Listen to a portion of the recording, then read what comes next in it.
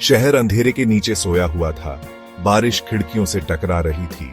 गलियां, जो आमतौर पर जिंदगी से भरी होती है, सुनसान थीं। सिर्फ बारिश की रिमझिम हवा में गूंज रही थी।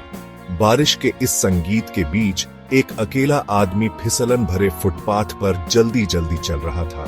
रीना, उसका पतला शॉल लगातार हो रही बारिश से थोड़ी ही रक्षा कर पा रहा था, कांप रही थी। उसकी सांस ठंडी हवा में धुंध बन रही थी। अचानक एक आवाज ने तूफान की आवाजों को चीर दिया।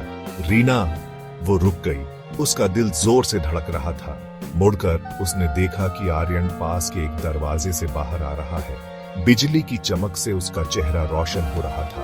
वो भीग गया था।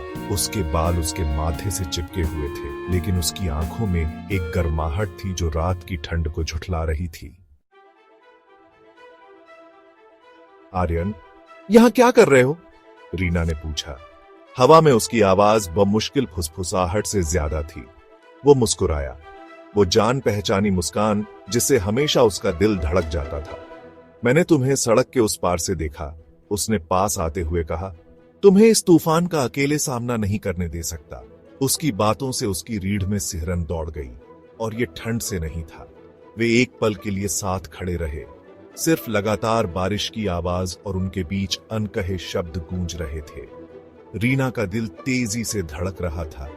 उसकी सांस रुक रही थी जब उसने उसकी निगाह से निगाह मिलाई। उसकी आंखों की गहराई में उसने अपनी अनकही भावनाओं का प्रतिबिंब देखा। चलो, आर्यन ने उसका हाथ अपने हाथ में लेते हुए कहा। उसके स्पर्श ने उसे झकझोर दिया, ठंडी रात की हवा में गर्म और आश्वस्त करने वाला। वह उसे एक छोटे से कैफे की ओर ले गया, जिसकी खिड़कियां गर्म आमंत्रित रोशनी से चमक रही थी।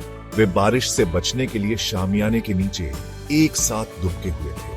अंदर कॉफी बीन्स और दालचीनी की खुशबू हवा में भर गई। बाहर बारिश की ताजा मिट्टी की खुशबू के बिल्कुल विपरीत। जैसे ही उन्होंने अपने गर्म पेय की चुस्की ली, उनके बीच की खामोशी अब असहज नहीं रही, बल्कि एक नई अंतरंगता से भर गई। हर चोरी छिपे देखना, उनके हाथों का हर गलती से छू जाना रीना की रीढ़ में सिहरन दौड़ा देता था। अचानक कैफे की बत्तियां टिमटिमाई और बुझ गई, उन्हें अंधेरे में डुबो दिया। बाहर गरज ने इमारत को हिला दिया। रीना हांफने लगी, सहज रूप से आर्यन के करीब चली गई। उसने अपना हाथ उसके चारों ओर रख दिया। उसका स्पर्श सुरक्षात्मक और गर्म था। अंधेरे में केवल बिजली की रुक रुक कर चमकती रोशनी से जगमगाते हुए आर्यन झुक गया। उसकी सांस उसके कान के पास गर्म थी। रीना, उसने फुसफुसाते हुए कहा।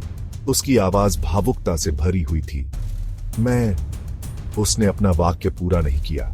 उसे जरूरत नहीं थी। जैसे ही उसके होंठ उसके होंठों से मिले, बाहर की दुनिया का अस्तित्व समाप्त हो गया। केवल कॉफी और बारिश का स्वाद था, उसके गाल पर उसके हाथ का एहसास, और उनके बीच बहने वाला विद्युत प्रवाह उतना ही वास्तविक और निर्विवाद जितना कि उनके चारों ओर चल रहा तूफान।